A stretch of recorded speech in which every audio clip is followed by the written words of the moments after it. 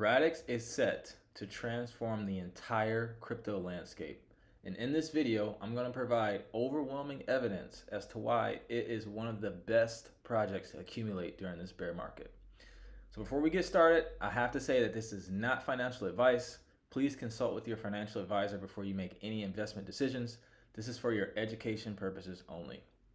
So in this video, we're going to cover what Radix is, how it's different from every other blockchain. We're going to go over roadmaps and important milestones. We're going to go over their tokenomics. I'm going to show you how to buy. I'm going to do a price prediction at the end, as well as show you how to get a yield on it no matter how much money you have, so you can passively accumulate it before the price explodes in the next bull market. So let's start off with what is Radix, or XRD, which is their ticker. Radix is a layer 1 blockchain, just like Ethereum, Avalanche, Cosmos, Near Protocol. They allow for decentralized applications to be built on top of it. If you look throughout history, in regards to making investments in technology, platforms have been the best investments. I'll give you some examples. Facebook has been the best advertising platform. Google, the best search engine platform. Amazon is the best online retailing platform. And the internet platform made all of those companies possible. Now, the cool thing about the internet is that it's a protocol, but you can't own a piece of it. These layer 1 blockchains are also protocols, but now you get to own a piece of the protocol. Like, imagine if you can own a piece of the internet and you get paid whenever things are being sent to and from or used in different ways. So when you look at the crypto market, back in the bull market, layer 1s made up 60 to 70% of the entire market. And it's because it's where the developers go to build things for retail to come on top of and use. Platforms historically have been the best investments in traditional finance as well as in crypto. And before we get into what makes Radix different, you might have heard the term out there, blockchains being compared to cities. There are going to be multiple blockchains that exist, in my opinion, just like we have multiple internet browsers. Firefox, the Brave browser, Safari, Internet Explorer. People like to use different browsers for different things, just like people like to use different blockchains for different things. So I think that in order to be a successful blockchain, you have to have something different that sets you apart. Avalanche, they have their subnets. I really like Avalanche. Ethereum is Ethereum. That's where most of the developers and applications are for now. Cosmos, they are application-specific blockchains, and they allow you to spin up your own validator and create your own blockchain for different things, like Binance Smart Chain. That's built on the Cosmos blockchain. And, every bull market we hear of these Ethereum killers, which are just blockchains that offer cheaper fees. Once Ethereum goes through all of its iterations, if they're successful and they're scalable and cheap fees are a commodity, you have to have something that sets you apart. Solana is advertising cheap fees. The blockchain goes down. Obviously, I don't like Solana. If you can go to Ethereum and have those same features, but it's where most of the liquidity is, what incentive are people going to have to use it? So I want to talk about what Radix is and what makes it different from every other blockchain. So Radix is building their blockchain specifically for DeFi, which is decentralized finance. And what's revolutionary about their blockchain is they invented their own programming language called Scripto.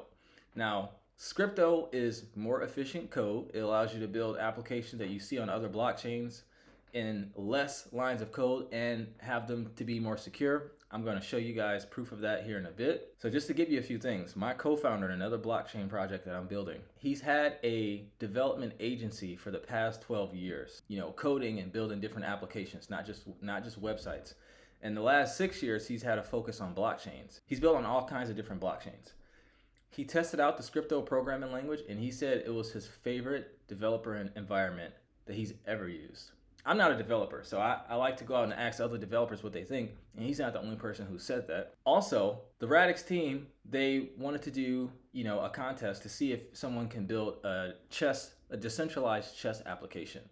On Radix, given how efficient the code was, you could build it in a weekend. They had it built in a weekend. I think someone even built it in one day.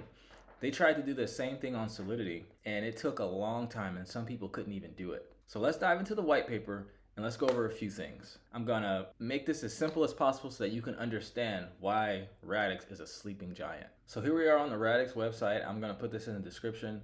And they have 3 different white papers. They have the DeFi white paper, their white paper on their consensus mechanism, and as well as their cross-shard consensus. And this is more of like a FAQ. We're gonna be looking at the DeFi white paper and the economics when we go over the tokenomics. Okay, so one of the breakthroughs that makes them so different is they have what's called an asset-oriented smart contract paradigm. So I'm gonna read you the highlighted things and elaborate. So they say today, the learning curve for Solidity, which is Ethereum's programming language, is years long to reach a DeFi-ready level of expertise. Something as conceptually simple as creating a token means deploying a bespoke smart contract that implements asset-like behaviors from scratch. The responsibility is entirely on the developer for even the most basic common functionality. Even worse, smart contract development requires a detailed understanding of how the platform operates with high stakes if the developer doesn't fully grasp it. The result is an extremely small community of experienced DeFi developers, a hugely inadequate hiring pool for entrepreneurs that limits what they can create, and DeFi apps that are elementary as possible to minimize the risk of expensive exploits. They hear from Ethereum DeFi developers that typically they spend 10% of their time building core functionality and 90% of the time making sure it's safe for deployment. Even with all of the companies that are doing smart contract audits, we're still seeing hacks that results in millions of dollars of uncoverable losses. So if an institution is looking to build on a blockchain and they're seeing all these hacks, they're getting hacked in traditional finance. If they're going to move to a blockchain, they're going to want it to be secure, because what's the point of moving if you're dealing with the same issues? The result is that developing virtually any production-ready decentralized application rapidly becomes a mass of unwieldy code that is extraordinarily difficult to analyze for safe asset management and authorization. The opportunities for exploitation are nearly impossible to avoid. So they're talking about like the Solidity programming language and how it's super, super complicated to code on there. And like I said, we're always seeing hacks pretty much every month. It seems like it's another multi-million-dollar hack. Okay, so let's go over the Ethereum virtual machine, which is kind of like the smart contract standard. Before we get deeper into, these smart contracts, I want to explain what a smart contract is so you know. They do three things. They store rules, they verify rules, then they self-execute functions based on those rules. So the best analogy is a vending machine. The storing of rules is knowing that C7 is a bag of Doritos. The verifying of rules is knowing that when you put your paper money or your quarter in there, it knows how to verify, hey, this is real money. And the self-executing function is that when you put your dollar in and you click C7, it gives you that bag of Doritos. Smart contracts do the same thing, but on the blockchain. You can pre-program a smart contract to do anything, whether it's to, hey, if you put in this amount of money and click this button, it allows you to take out this loan. And if the value of your collateral drops to a certain amount, the smart contract says, hey, once it hits this threshold, you automatically get liquidated. And if you look at the Celsius debacle, this is the reason why they paid off their Aave loans first before they paid people back, because there is no negotiating with the smart contract. You can't say, hey, can I maybe work out a payment plan or this or that like you can with the bank? Like, no, it's completely governed by code. Let's look at today's smart contract application environment. The fundamental notion of a smart contract was established by Ethereum in its Ethereum virtual machine, okay? In this model, all functionality must be implemented as smart contracts sending messages to each other. A token, that's a smart contract that keeps track of a list of balances associated with a list of public keys.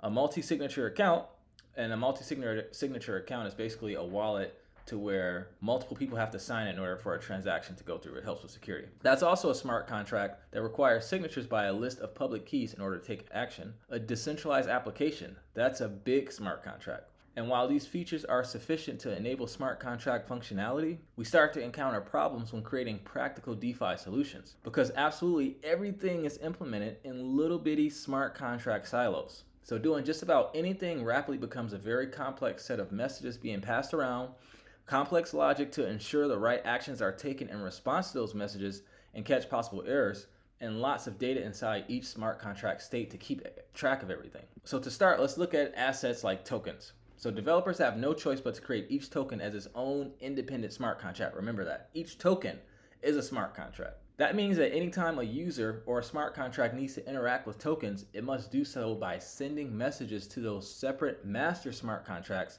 that control the internal balance sheets. All these smart contracts are having to talk to each other. And basically, the more touch points there are with different smart contracts, the more prone it is to error. It's kind of like if you look at my arm, I have a shoulder joint where I can bend, I have an elbow joint where I can bend, a wrist joint where I can bend. And each one can break. It's an easier point to break. I'm more likely to break my wrist than to break the middle of my forearm.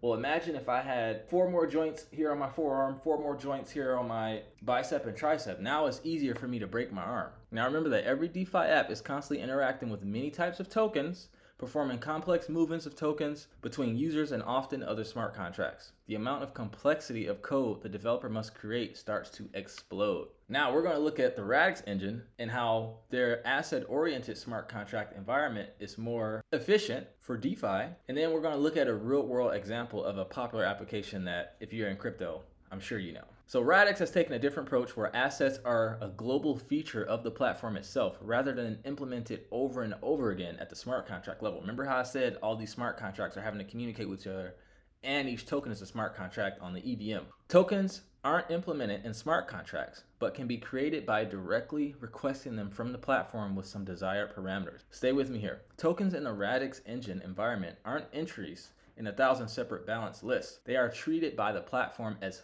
physical objects that must be held in accounts and moved between them. Radix engine accounts act like actual vaults of the tokens controlled by the user, unlike Ethereum, where a user's token holdings are spread among separate smart contracts that each hold an entry for their public key. So if we look here, on Ethereum, this would look like, multiple smart contracts if you're sending things, because you have to have a smart contract connected to both wallets for where things going, a smart contract connected to the application, but here is vault and you just send it from vault to vault. So in this model, sending tokens isn't a matter of sending a message to a smart contract and trusting that it will update some balance entries. It is telling the platform itself, I wish to send these tokens that I hold. So errors like double accounting aren't just avoided, they simply aren't possible. Okay, so now they talk about resources, buckets, and vaults. Let's start with the assets themselves, such as a token you might want to create on the blockchain.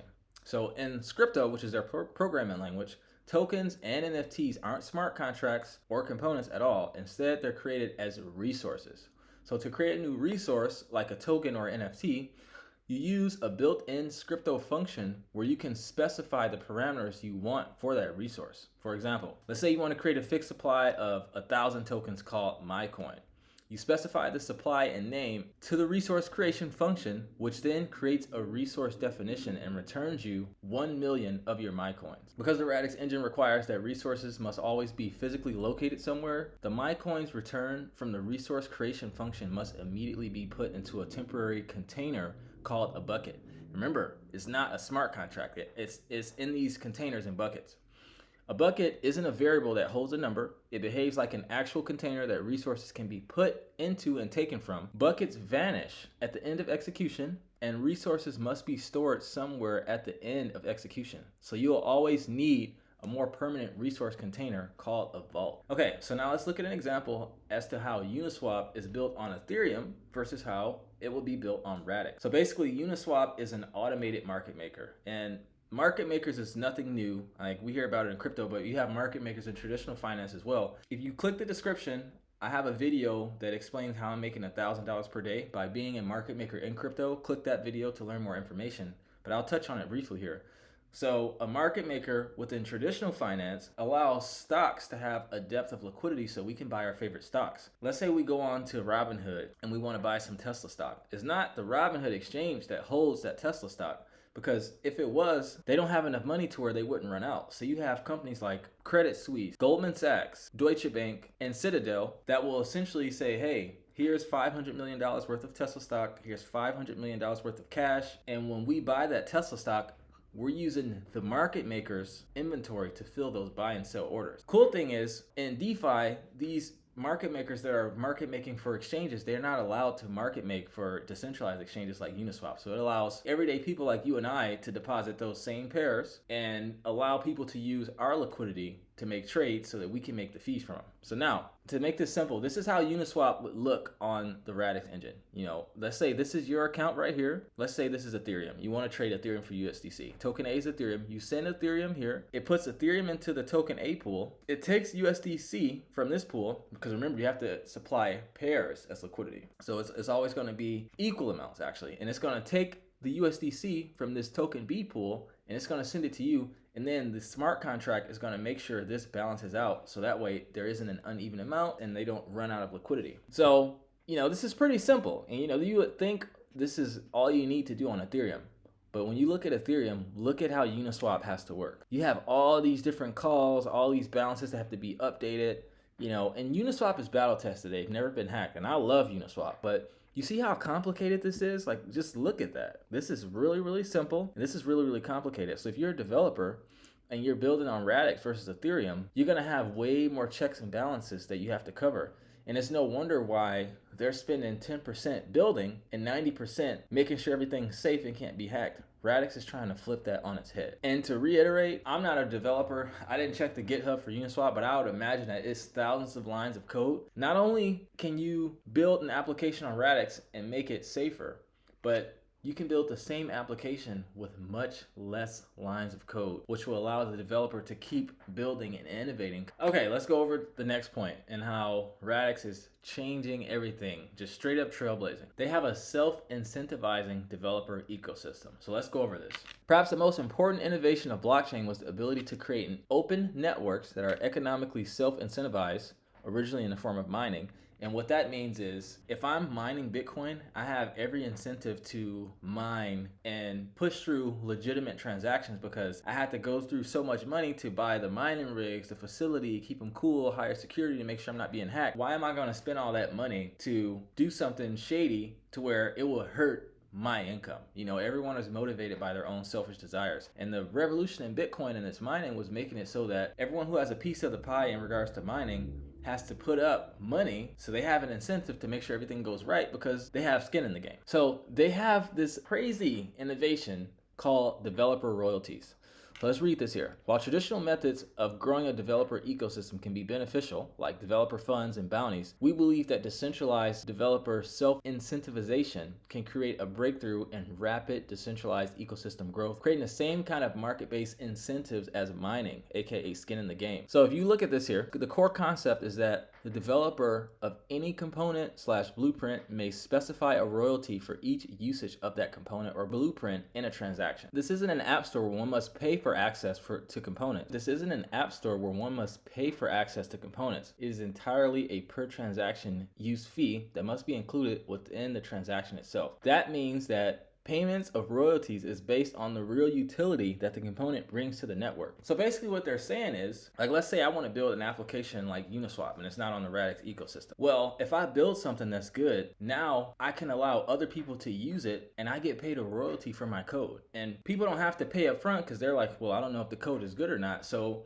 they use it. And if a transaction goes through successfully, the developer who created the code automatically gets a royalty back to their wallet. That's genius. Crypto will include the ability for the developer to define their own blueprint and component royalty fee so that the Radix protocol will ensure the correct payment in the transaction in the same way it handles feeds for node runners. So if a developer adds a highly useful, modular, interoperable blueprint to a catalog or deploys a popular, useful component, Radix ensures they're rewarded for the transaction enabled by their work in a completely decentralized manner. And then here they talk about the problem today. Across DeFi platforms, developer incentives mostly consist of fixed, centralized funds administered by well-funded foundations. Huge sums of money are wasted on projects that go nowhere, and often the best developers have difficulty finding a path to being rewarded for their contributions of what could be a valuable DeFi functionality. The incentive model is so broken that great teams often spend their time chasing grants rather than focusing on building communities and truly valuable, sustainable, decentralized applications. So like I said in the beginning of the video, it's all about incentives. You want incentives to align. If a developer isn't compensated or rewarded for their code, of course they're going to trace grants. They're trying to make money so they can feed their families just like anyone else. That's what it boils down to. So these chains that are doing it like the way they just described, they're attracting mercenaries, temporary developers, and not missionaries. So through having a model where you can build some code and it's successful and you can pick your own royalty payment that you want and upload it to the Radix marketplace, now that's going to incentivize for the best code to be built. Why? Let's say I build a code to create a pin, just keep it simple, and I charge 50 cents anytime someone wants to use this application to create this pin. Well, hey, let's say someone comes along and makes a better application to create a better pin, but they charge 40 cents. Well, now everyone's going to use that one. So I'm going to have to either lower my price or I'm going to have to make a better application. So incentives are aligned. It's going to attract the best developers to build the best code. That's huge. Okay, now let's talk about what might be their biggest breakthrough. And they claim to solve the blockchain trilemma. And the blockchain trilemma is you have security, decentralization, and speed. You can only have two. So like if you think of Bitcoin, Bitcoin is really decentralized and it's really secure, but it's not that fast. And if you look at Ethereum, it's really secure and it's really decentralized, but it's also really not that fast. And that's like their whole reason for wanting to move to ETH 2.0 so they can try to hit all three, but no one's done it yet. And you know, we have the same kind of trilemma in the real world. Like you have fast, cheap, and good. If you want something to be fast and cheap, it ain't gonna be good. If you want something to be fast and good, it ain't gonna be cheap. And if you want something to be cheap and good, it's not going to be fast. So this is nothing new. As it goes through life and from a biological standpoint, as I'm about to show you here, it also goes the same way like with technologies. I would go on record to say like inspiration for technology came from biology and nature. I mean, Steve Jobs helped create the computer and he was like one of the biggest hippies of all time. I mean, come on. Okay, so there is this thing called atomic composability and they are using this to try to hit all three of those: decentralization, scalability, and speed.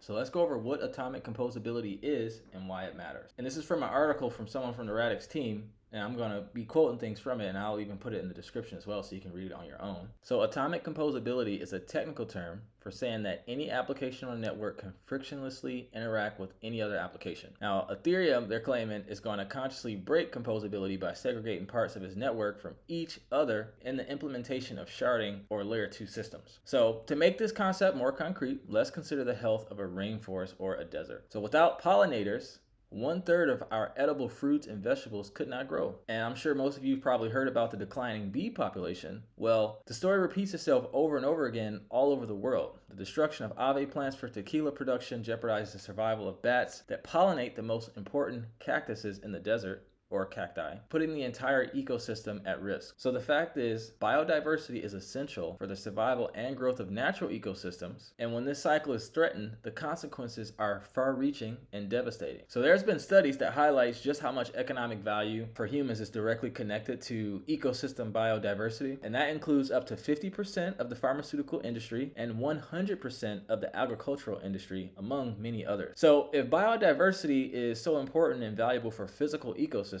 why wouldn't application diversity be essential for the survival and growth of digital ecosystems? And the answer is, it is. The more application diversity within an ecosystem, the more its apps are able to cross-pollinate with each other, leading to a more robust, resilient ecosystem that can fuel all kinds of growth. This can also lead to new species of applications and new wealth creation for the humans who rely on them. So let's talk about atomic composability now that you have context. So perhaps the most important feature of DeFi is the interoperability of decentralized applications and assets, often called composability. The ability to compose a single transaction, making use of multiple autonomous smart contracts, is energizing much of the DeFi innovation and excitement on Ethereum today. With the ability to freely compose across any set of decentralized finance apps, it becomes possible to build a service that, for example, instantly provides the best exchange rate for a trade across multiple automated market makers, or allows the leveraging of a crowdsourced liquidity pool to take instant advantage of an arbitrage opportunity. Crucially, these complex operations across applications must all happen in a single atomic step, meaning that either the entire transaction across all smart contracts is valid and resolved all at once, or the entire transaction safely fails if anything is invalid. This autonomicity is incredibly powerful and is the basis for how DeFi dissolves the inefficiencies of traditional financial systems, replacing them with fast, customizable, and interoperable DeFi financial decentralized applications. So let me give you an example of how important atomic composability is in the real world. So it's basically the act of being able for the whole ecosystem to be able to talk to each other. So like, for example, this would be an example of lack of atomic composability. And tell me how annoying this would be. Let's say you have an email campaign, right?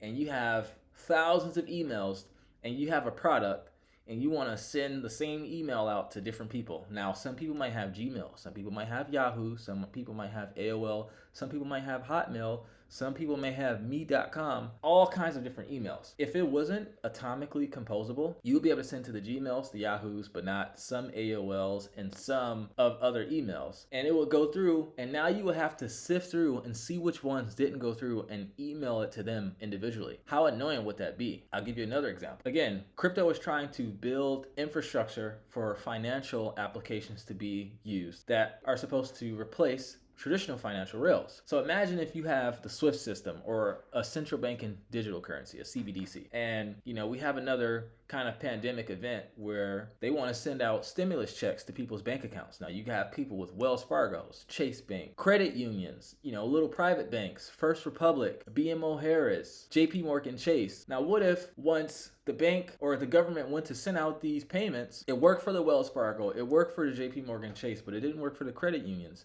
It didn't work for First Republic. It didn't work for BMO Harris. How annoying would it be for the banks to have to go through their entire system, resend all these payments, risk it not working again, and constantly having to go through that? That's lack of atomic composability. So now you understand it. So now they're going to talk about typical sharding for scalability. And sharding is basically having like different parallel blockchains so that you can run transactions through without the network getting clogged up. So it's like if you're getting on a train and that train is full, you have multiple other trains going to the same destination. But let's say you and 3 buddies are all going to the same place, but now when you hang out with your friends, you want to be able to communicate with each other to just talk. Well, if you guys are all on all 3 different trains, you can't talk to each other. Okay, simple enough. So typical scalability solutions involve some type of sharding, whether sharding is implemented using a hub and sidechain architecture like Cosmos or Polkadot, or by breaking a block into pieces for independent processing by different nodes like Near Protocol. The idea is the same. Different apps and transactions are localized to some number of separate shards where they can be run through consensus in parallel. Consensus is basically how to determine what's true. So a blockchain fundamentally has 3 layers. You have the consensus layer, you have the data layer, and you have the execution layer. The consensus layer says what's true, the data layer stores everything that's happened, and the execution layer is essentially the finality, the execution of whatever that application is, whether if it's a trade on a decentralized application or taking out a loan on some kind of money market like Aave or Compound. This parallelism achieves greater throughput, but the compromise is that communication between shards is made difficult. Different shards can be thought of as separate blockchains. In fact, sometimes that's literally what they are, but there is some method to send messages between them. But if each shard conducts consensus independently, it is impossible to process a transaction across multiple shards atomically. So if you look here, Radix has their Cerebrus consensus, and to be honest with you, I've read this white paper and I read the other ones multiple times, and I'm still trying to wrap my head around it because it's like I'm not a developer, so I'm having to think of analogies to understand it in a different way. It's like I understand it, but just to be honest with you, I don't want to bullshit you. Not in a way that I can clearly communicate like I have been doing everything else. Like, just look at this. Yeah, I'll read a little bit of it. So basically they have Cerebrus, which is their consensus mechanism. It's a delegated proof of stake blockchain. It's designed around a concept we call pre-sharding, where rather than trying to add sharding to a monolithic ledger, monolithic is essentially everything happening on mainnet. Before ETH 2.0, Ethereum was a monolithic blockchain. Remember I told you that blockchain has 3 layers: execution, data, and consensus. Pre-ETH 2.0, all 3 of those things was happening on ETH mainnet, but they're aiming to modularize their blockchain so that different functions, data, execution, and consensus, are happening on different things. That's why they're having layer 2 for execution and sharding for storage and things like that. The Bankless podcast has a really good episode called Monolithic versus Modular Blockchains. And when you look at it through that filter, I believe it's the modular blockchains that are going to win. The blockchains that are having different aspects that are optimized for different things instead of being monolithic and having everything on the mainnet, because it's going to be clogging, and we see that it doesn't work, or at least you can't hit all 3: decentralization, scalability, and speed. And like I said before, as it goes in biology, so it goes in technology. It's kind of considered the division of labor. Like our cells, the one cell doesn't do everything within our bodies. We have different cells that are optimized for different things. Even when you look back at the chip wars with AMD, like in the beginning, you had a chip with a big piece of equipment on it that did everything on the chip. And that's why the chip was so slow. But then chips really took off and increased in capacity and all those things because they had a small piece of the chip in the middle and they had a lot of little chips on the outside. And the middle chip managed the outer chips, and each outer chip was optimized for a different thing. That's the same thing, and that's why Ethereum is going through the verge, the merge, the splurge, the purge, all that stuff, because they're aiming to modularize, and that's what Radix is talking about. It's going to be the modular blockchains that went out. And like I said in the beginning, if Solana is still a monolithic blockchain and they're doing everything on mainnet and their blockchain is falling or going offline and things like that, and cheap fees are a commodity, what incentives are people going to have to come back? So going back here, Cerebras is designed around a concept we call pre-sharding, where rather than trying to add sharding to a monolithic ledger, we start by splitting the ledger into a shard space, a number of shards so large as to be practically unlimited. We can use these shards to represent anything we like, and Cerebras can braid secure consensus across an arbitrary number of shards as required. So basically, they can create an infinite number of shards that can talk to each other, so that if you want to do a transaction that requires, like, let's say it's a trade, and you want to make sure you quote the best, not only just route, but price, you can automatically do that across everywhere because they have enough shards to where they can all communicate with each other across their entire blockchain. Is the idea. I guess I could explain it. Okay, so now we covered all that. Let's look at the roadmap to see what milestones they've hit / are aiming to hit. So they've already launched their beta net, which is a test network. They have the Olympia, which is pretty much like a live test net, I believe. Alexandria is also live. And this allows smart contracts to run in a private environment and allows like early builds and testing and giving developers a head start. So the next thing that they're launching is the mainnet for smart contracts, which is Babylon. It was aimed for Q4 of this year, but tech usually doesn't ship on time. So now they're aiming for Q2 of next year. So this is definitely a long-term investment. But I feel like by Q2 next year, we still might be in a bear market. High chance, given inflation and everything else, but that's a whole nother video. And then Exion, if I'm pronouncing that correctly, that's when they pretty much just open the floodgates and just everything is live and functioning. So they're hitting their milestones and people are in their sandbox playing around and coding. Like I said, my co-founder said it was the best language he's ever coded in, and they go way back to Tempo. So they've been at this for a while. Okay, so now let's look at their tokenomics. Radix tokenomics are some of the best tokenomics in the entire world of crypto. And I'm gonna go over why right now. So a lot of people will talk about market cap, but market cap is really just a floozy. Like you see their market cap is 524 million and some change. What you really wanna look at is the fully diluted valuation. And right here we see pretty much 1.2 billion dollar fully diluted valuation. Now, what is that? You get the market cap by taking the circulating supply and multiplying it by the price, and you get the market cap. But why would you want to go on the circulating supply when you know that more are going to come onto the market? So if you have inflation, it's going to devalue the current price of the tokens that are in circulating supply, right? Just like gold has a 2% annual inflation rate. If someone found a hole in the ground and they increased the inflation by 70% in 1 year, the price of all other gold everywhere else is going to go down. And the fully diluted valuation is that correct valuation that institutions use in traditional finance. So when you see a large disparity like this between the market cap and the FDV, is normally a sign of caution, because that means that you have venture capitalists with coins locked up with vesting schedules and cliffs, which means they can't start selling this certain amount until this time. And these VCs get in on these projects really, really early, and they have a fiduciary responsibility to create as much money in the form of returns for their limited partners, aka investors. So if they buy a coin at 1 cent and they have a 3-year vesting schedule, and 3 years later it's 20 cents and they got a 20x, you better believe they're going to sell off some of it. Okay, so it's always good to go off the FDV. Now, in a project like this, if this wasn't Radix, I would be a little worried, because it's like, oh man, only like less than half of the supply is on the market, so we're going to see 100% inflation over I don't know how long. So let's go over this. Radix has what's called a stablecoin reserve. This is a reserve that they have that holds 2.4 billion Radix tokens. Right now the price is 5 cents, so that's $120 million that are locked away and entirely removed from the circulating supply. So we have 2.4 billion / 120 million that we know is never going to be factored into the circulating supply. Okay, so that's a good sign. There's a 10-year period in which to review and potentially disperse this reserve to support a systemic stabilization protocol for one or several Radix native stablecoins, which may or may not require use of the stablecoin reserve. So basically, if they have some stablecoin on Radix that's doing pretty good and need to save it because it's failing, kind of like Terra Luna, they have $120 million to pretty much back it. Should the stablecoin reserve not be needed, it will remain locked and be destroyed after the 10-year period. So they're giving it 10 years for it to be successful, and they're saying if it's not, hey, it's destroyed and it's taken out of circulation forever. It's really good. Now, let's go deeper into their tokenomics. So they will have a max of 24 billion tokens. 12 billion was allocated at Genesis, and 9.6 billion of these tokens are unlocked as part of the circulating supply. And we already talked about the 2.4 billion that's locked for the stablecoin reserve. So 12 billion XRD is being minted by the Radix protocol as a network admission to reward validators over an approximately 40-year period. If we go back here and we look at the FDV and the market cap, if you minus the market cap from the FDV, that's how many tokens are going to come onto the market in 40 years. Okay, minus 2.4 billion because they have the stablecoin reserve. So you have a 40-year inflation. That's not bad. If the supply is going to double in 40 years, that's essentially like a 2.5% inflation rate.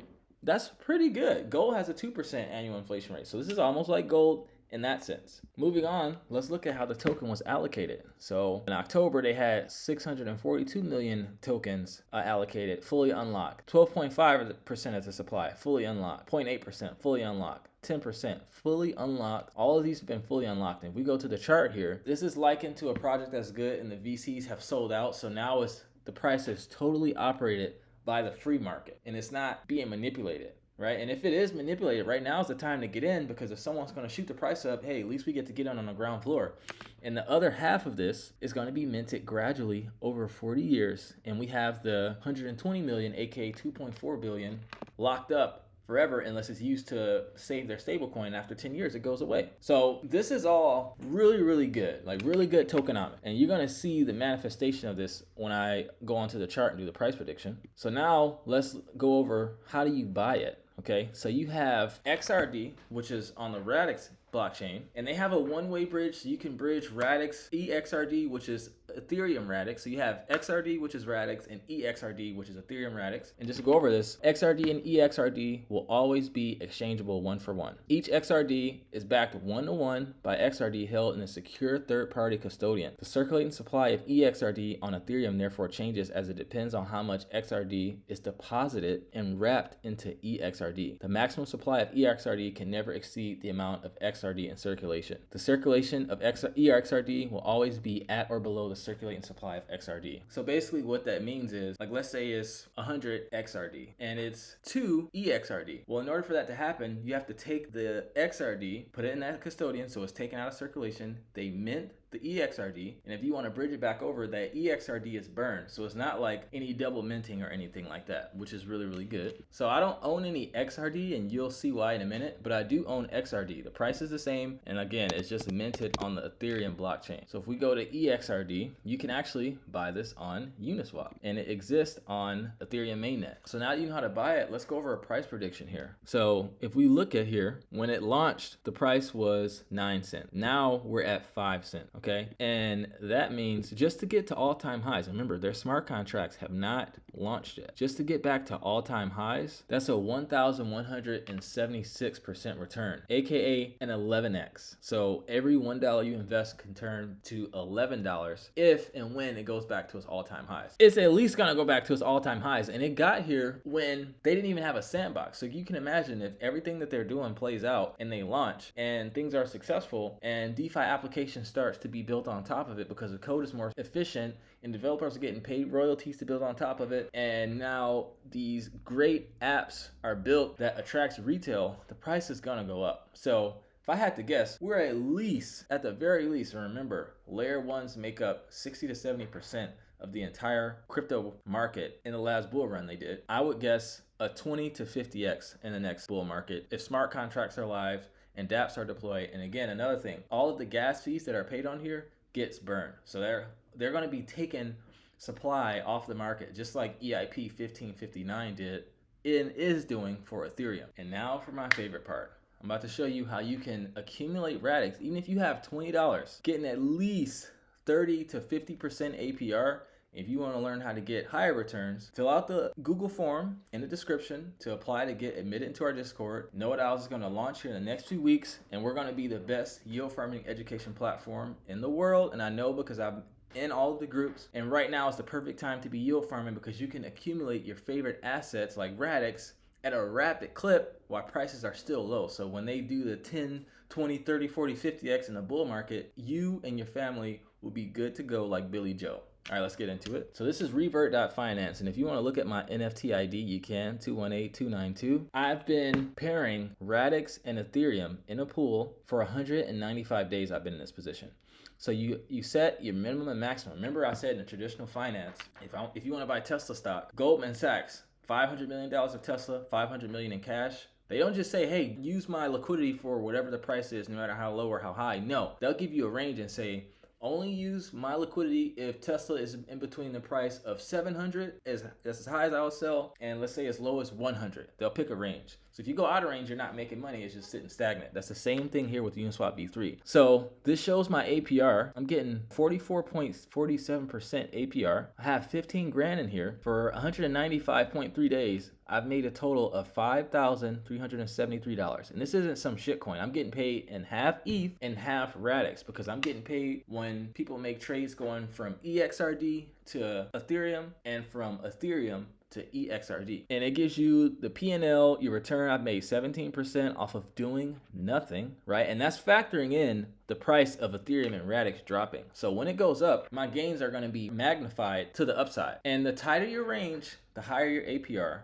The wider your range, the lower your APR, but the tighter your range, the easier it is to go out of range. So as a general rule, if you have a lot of time on your hands and you can manage this every day, let's say you have the price of ETH and EXRD here, go 7% above, 7% below. If you want to manage it weekly, 14% above, 14% below. And if you want to manage it monthly, 30 to 40% above and below current price. And what I do is I'll go and claim my rewards on a weekly to bi-weekly basis. And again, you're getting paid in Ethereum and Radix. And I will, because I have a lot of other farms where I'm accumulating ETH, I will take my Ethereum and buy Radix every time and just send it to another wallet. Just send it to another wallet, right? And you know the crazy thing? Throughout this whole time, through Celsius, Terra Luna collapsing, the market dropping 70, 80, 90%, the range of Radix and Ethereum has been at 50-50. So if I'm in a liquidity position and the price of ETH starts to outperform Radix, well, it's pretty much a limit order for the loser. If Radix is outperforming ETH and ETH is the loser, the smart contract is going to be accumulating more of the loser, which in this situation, ETH, and vice versa on the downside. It's been at 50-50. So that means that Radix's price performance has been mirroring ETH throughout this whole debacle. And that's because it's been no VCs dumping their coins and no large whales dumping their coins. Like, this is totally in the free market. And once people wakes up about this, like if you hear people talking about it, it's already too late. Radix is a sleeping giant. I am going to accumulate as much of it as I can. This isn't my only farm. If you want to see the good ones, you're gonna have to subscribe, get inside of our Discord, and be a part of our community. But with that, I'd like to conclude this video. I hope you got some great value from this. Let me know your feedback, questions, comments, concerns, and like I said, click the link in the description to watch the video on how I'm making $1,000 per day, and click the Google form to apply to get into our Discord. But with that, I thank you so much for watching. I love all of you, and I will see you in the next video.